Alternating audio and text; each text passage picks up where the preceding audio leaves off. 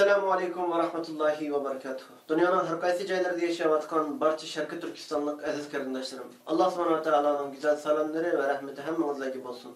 Allah subhanahu wa ta'ala bizning barcha yaxshi g'oyalarimizni va orzularimizni amalga oshirib bersin. Yevropada, O'rta Osiyoda, Turkiyada va boshqa joylarda yashayotgan butun Sharqi Turkistonliklarga va Sharqi Turkiston tashkilotlariga oydin bo'lgan masala shuki, Sharqi Turkiston mustaqillik ko'rishimizda nurg'unlagan kamchiliklar, yetersizliklar mavjud. Bu yetersizlik va kamchiliklarimizning tubki sababi mustaqil bir davlatimizning bo'lmaganligidan kelib chiqadi. Bu mustaqillik ko'rishimizda qilinishga tegishlik, ammo biz qilolmayotgan ishlarni qilolmasligimizdagi asosiy sabab bo'lsa, yetarli miqdorda iqtisodiy kuchimizning bo'lmasligi. Ya'ni ba'zi taraflardan yetarli jihatda odam kuchimizning bo'lmasligi va yana ba'zi jihatlardan biz yashayotgan har qaysi davlatlarning o'ziga tegishli qonun nizomlarining bo'lganligi bizni nurg'un ishlarda to'sqinlarga uchirtib o'tadi. Barcha vatansuyar, haq uchun kurash qilgan qarindoshlarimiz mana bu kamchiliklarga, yetersizliklarga to'g'ri shaklda qarab, bu yetersizliklarni, bu kamchiliklarni to'lqinlash uchun qo'limizdan kelishicha, taqtimizdan yetishicha bir kishilik hissimizni qo'shishimiz kerak va taraqqiy qildirishimiz kerak. Butun Sharqiy Turkistonliklar Xitoyning vaziyatini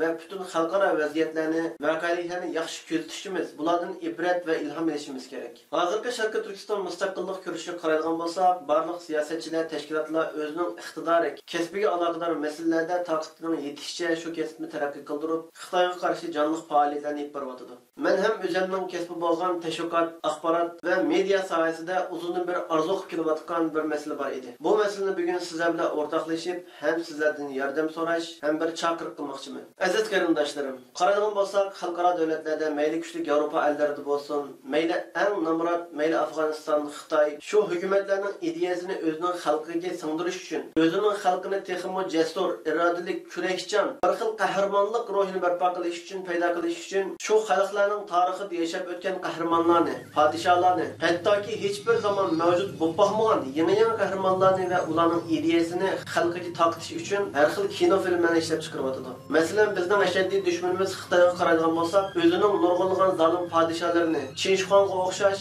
necha minglagan, necha 10 minglagan, hatto necha 100 minglagan begunoh xalqni o'ldirgan, hayoti bo'yicha o'z xalqiga zulm qilgan podshohlarni ham nihoyatda nuqsonsiz, oqko'ngil, jasoratli, qahramon qilib, lohiyalab kino qilib xalqiga tarqatdilar. Yana nurg'unlagan Chinjin, Lishaolong, Xonfixon va shunga o'xshagan tarixda bo'lmagan, o'tib boqmagan qahramonlarni o'ttirib chiqarish orqali shu qo'rqinchli Xitoy xalqini o'sha kinodan o'lga ilib, qahramonlik qila oladigan, jasorat ko'rsatadigan bir xil qo'rqmas ideyani ruhini singdirish uchun tashviqot sohasiga necha milliardlagan pullarni sarf qilmoqda. Xitoyning bu xil tashviqotidan faqat Xitoylarga ilhom olib qolmasdan, Uyg'ur xalqi, Qozoq xalqi, Sharqiy Turkiston xalqi bu tashviqotlarning qattiq ta'siriga uchragan edi. Bo'libmi bizning o'smirlarimizga, farzandlarimizga bu nihoyat og'ir ta'sir ko'rsatdilik. Men ham kichik vaqtlarimda bularning kinolarini ko'rishga nihoyat qiziqdim.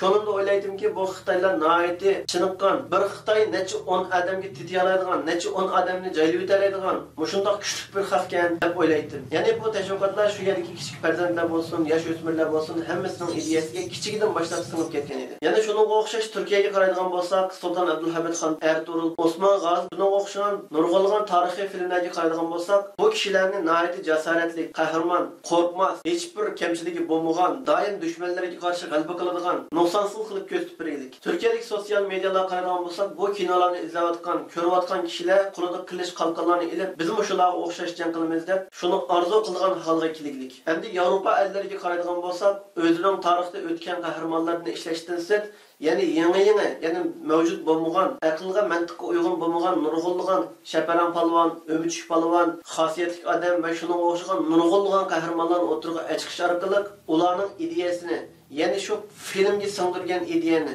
shu rayonda yashayotgan o'zining davlatidagi, o'zining xalqining yosh o'smirlaridan tortib cho'nglargacha butun insonlarning zehniyatini, ideyasini o'zgartiradigan, shu filmdagiga o'xshash va shuni orzu qiladigan, shundoq bo'g'isi keladigan, xuddi telefonga, kompyuterga bir xil sistema qachilganga o'xshash, shu xalqlarning zehniyatiga har xil sistemalarni qachilaydigan bir zamonda yashayapmiz. Agar men tuvanda deb o'tgan davlatlar o'zining xalqiga nihoyat nachar, axloqsiz, qo'rqinchoq, eski odamlarni ko'z tutmagan bo'lsa edi, balkim shu filmdagi bosh rolchi bo'lgan nachar kishilarningki illatlarini o'ziga qabul qilgan bo'lardi. Va yoki jamiyatda shu kishiga qaragan chog'da men uningdan nechasi yaxshi ekanman-ku deydigan, o'zining kamchiliklarini so'zlatmaydigan bir xil jamiyat barpo bo'lgan bo'ladi. Biz ham vatanimiz Sharqiy Turkistondagi vaqtimizda payg'ambarimiz sollallohu alayhi va sallamdan va uning ergashuvchilari bo'lgan sahoba ikromlardan va uning yo'lini mangan haq uchun kurash qilayotgan, jonlarini, qonlarini, mollarini fido qilayotgan qahramonlardan iborat bo'ldik. Vaholanki chet elga chiqqandan keyin nurg'ulg'an fitna fasod,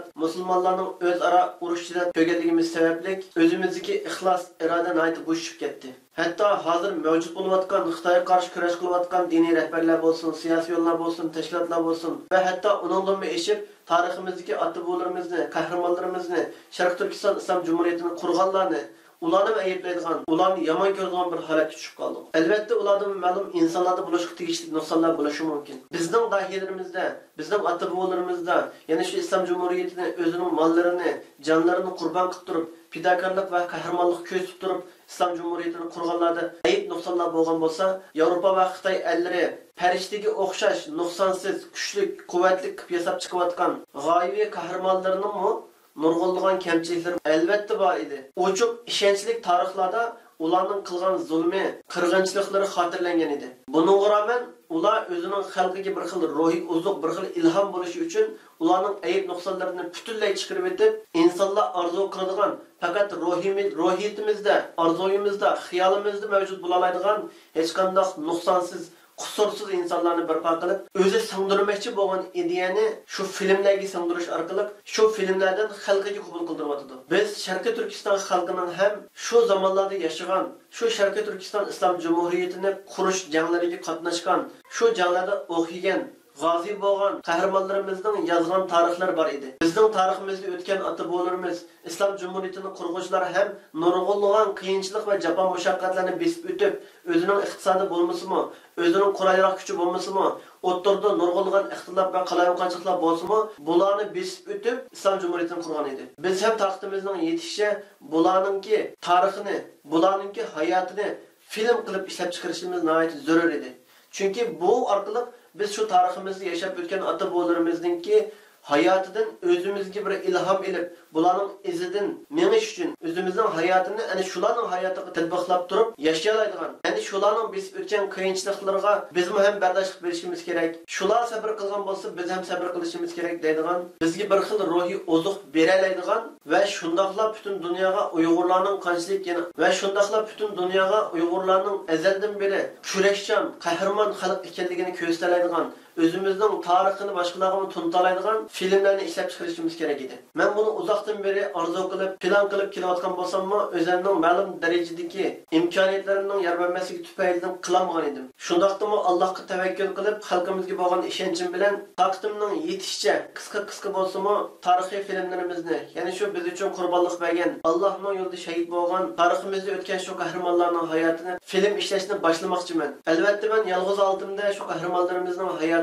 tatbiqlab film shakliga olib kelishim notayin. Buning mening taqdim etmaydi. Buning uchun barcha qarindoshlarimizning o'zining imkoniyatlari yar bergan shaklda qo'llashi, desteklashiga ehtiyojim bor. Agarda mushu ish muvaffaqiyatli holda xalqimizning qo'llashiga erishilsa va Sharqiy Turkistonning mustaqillik ko'rishiga ma'lum darajada manfaat bo'ldi deb qarasak, ota-bobolarimizning necha 10 yillik tarixini davomli shaklda film ishlash orqali xalqimizga bir xil ruhiy uzuq bo'lsin uchun, ota-bobolarimizning biz uchun, ya'ni shu Islom Jumhuriyatining qurilishi uchun, Uyg'ur xalqining qul bo'lmasligi uchun, dinimizning hurriyati uchun bergan qurbonliklarini davomli film ishlab chiqarishga tirishiman. Shuning uchun mushu sohada iqtidori bo'lgan barcha qarindoshlarimizning mayli so'zlash jihatda fasohatli so'zlaydigan, videolarga chiqishdan qo'rqmaydigan, samimiy holda mushu film ishlashga hamkorlasha oladigan barcha qarindoshlarimizning men bilan aloqa qilishini umid qilaman. Mushu qarindoshlarimizning iqtidori va tirishchanligiga qarata moddiy jihatdan haqqini ado qilishga tirishimiz. Buning tafsilotini mushu ishga qiziqqan qarindoshlarimizning men bilan aloqa qilish orqali